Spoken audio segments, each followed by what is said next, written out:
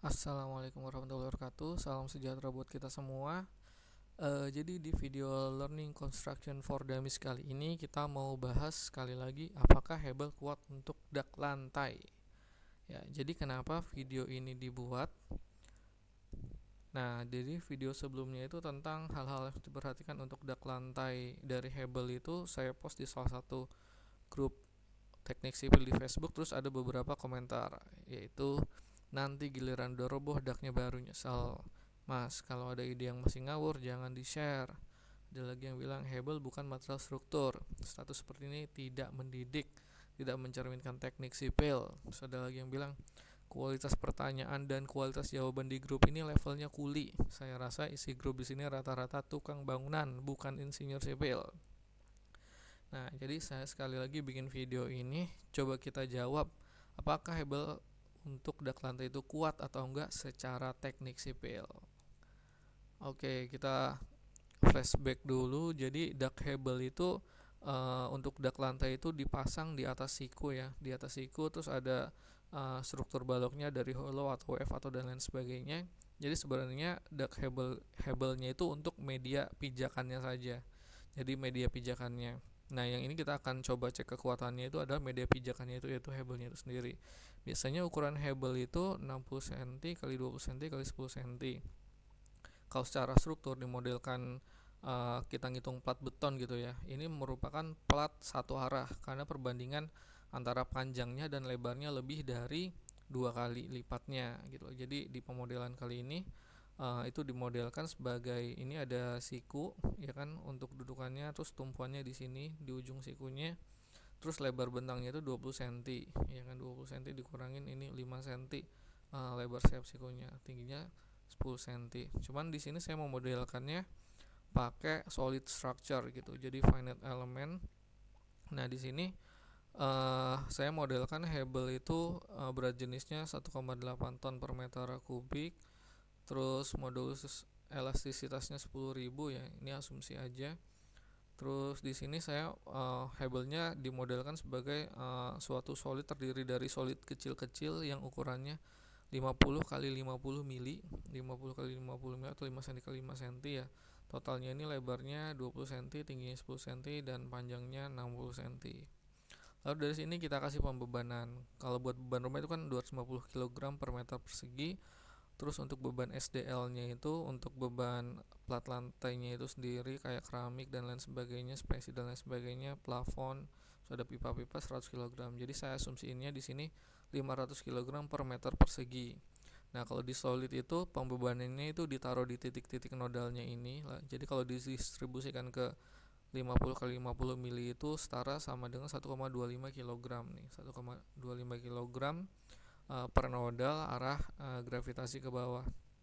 Nah, ini di sini ada posisi restrainnya. Terus apa yang terjadi setelah dikasih beban? Ya kita run dan kita lihat hasilnya di sini. Jadi setelah kita run, kita lihat hasilnya di sini. Kita keluarkan stress datanya, tabel stressnya.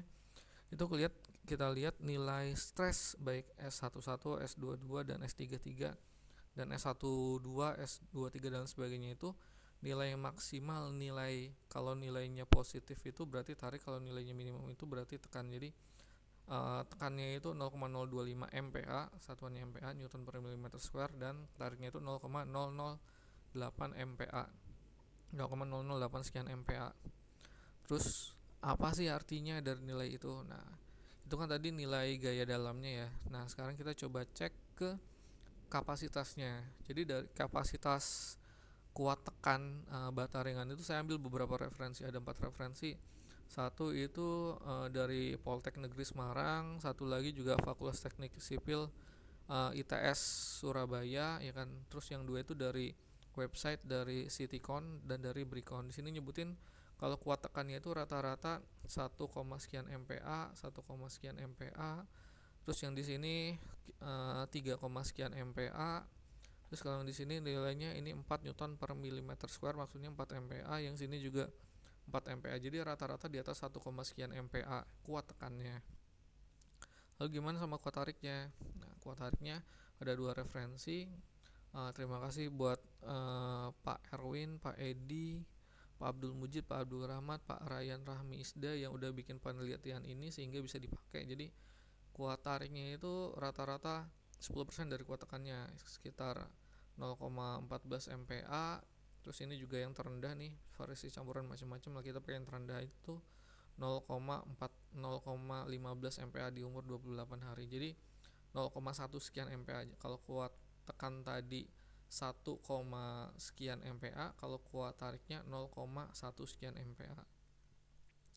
Jadi gimana, kuat apa enggak? Nah, kita bandingin nih antara gaya dalam yang terjadi, tekannya 0,025, tariknya 0,085, dan kapasitasnya itu tadi yang kalau lihat dari brosur 4 ya, atau misalnya pakai 1 yang dari referensi hasil pengujian tadi, sama tariknya 0,15. Jadi rata-rata masuk gitu kan. Jadi kalau dibandingkan itu nilainya ini masih jauh banget, ini masih hampir 40